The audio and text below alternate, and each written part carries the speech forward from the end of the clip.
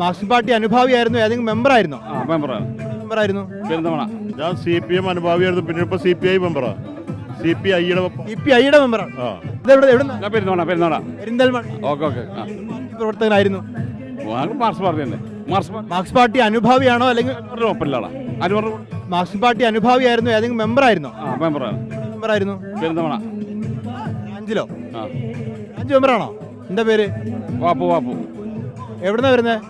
ഞാൻ കുന്നംകുളം മണ്ഡലത്തിൽ നിന്ന്.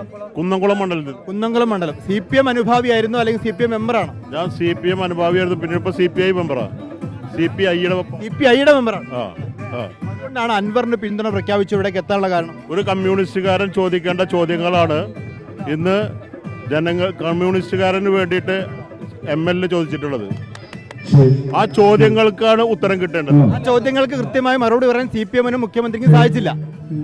മറുപടി പറയാൻ സാധിച്ചില്ല. അത് മാത്രമല്ല, അണികളെ രംഗത്തിറക്കിക്കൊണ്ട് വളരെ നിഷ്ഠൂരമായ രീതിയിലുള്ള മുദ്രാവാക്യങ്ങൾ, പ്രകോപനപരമായ മുദ്രാവാക്യങ്ങൾ, കയ്യും കാലും കൊത്തും.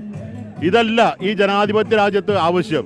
ജനാധിപത്യ രാജ്യത്ത് ജനങ്ങൾ തെരഞ്ഞെടുക്കപ്പെട്ട ഒരു MLA ചില ചോദ്യങ്ങൾ ഭരണകൂടത്തോട് ചോദിക്കുമ്പോൾ ഉത്തരം കിട്ടാതെ ഇരിക്കുമ്പോൾ അതിന് പ്രകോപനപരമായ രീതിയിലുള്ള സൃഷ്ടിപ്പല്ല വേണ്ടത്. അതിന് കൃത്യമായ മറുപടിയാണ് ജനങ്ങൾക്ക് ആവശ്യം. അത് കിട്ടുമെന്നുള്ള പ്രതീക്ഷ ജനങ്ങൾക്ക് നഷ്ടപ്പെട്ടു കഴിഞ്ഞാൽ ശ്രീലങ്കയിലും PV അൻവറിൽ മാത്രമാണ് ഇപ്പോൾ പ്രതീക്ഷ.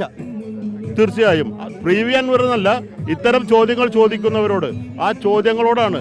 ചോദ്യങ്ങൾ ചോദിക്കാത്തത് കൊണ്ടാണ് എവിടേക്കെല്ലാം ജനാധിപത്യപരമായിട്ട് അധികാരത്തിൽ വരേണ്ട ഭരണകൂടങ്ങളുണ്ടോ അവിടെയെല്ലാം നിഷ്കാസിതമായി പോയത് ഇത്തരം ചോദ്യങ്ങൾ ഇല്ലാത്തത് കൊണ്ടാണ്.